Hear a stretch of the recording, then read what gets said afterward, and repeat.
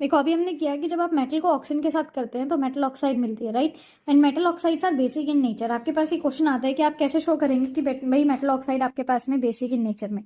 तो आप किसी भी मेटल ऑक्साइड को एक एसिड के साथ कंबाइन करें, आपको अगर एक सॉल्ट मिल रहा है तो हमें पता है न्यूट्रलाइजेशन रिएक्शन के बारे में, that acid combines with base to give a salt.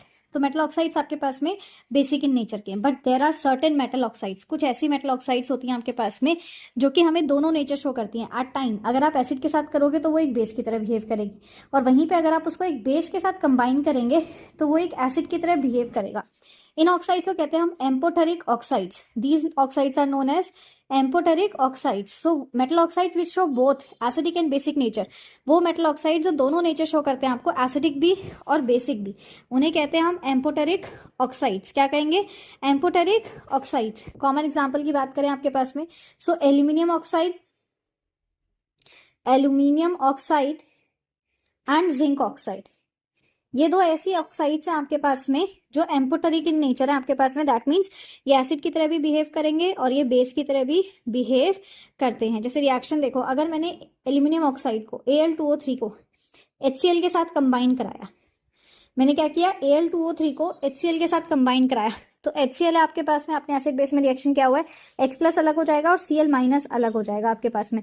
So Cl- है और Al एल्यूमिनियम है, इलेक्ट्रोपॉजिटिव है। सो Al and Cl will combine हमारे पास में, हमें मिलेगा AlCl3 प्लस H2O।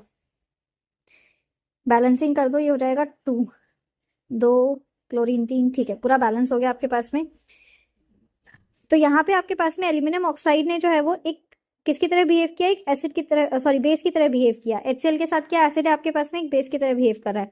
वहीं पे अगर मैं रिएक्शन को चेंज करती हूँ, मैंने जो है वो अब एक एसिड ना लेके मैं एक बेस ले रही हूँ, I am taking NaOH। NaOH हमें क्या बनाएगा, ये बनाता है Na+ और OH-।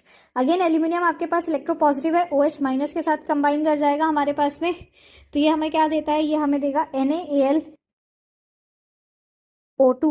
Plus H2O। तो ये बेस है, इस बेस के साथ ही कंबाइन करा और एक सॉल्ट दे रहा है, सोडियम एल्यूमिनेट।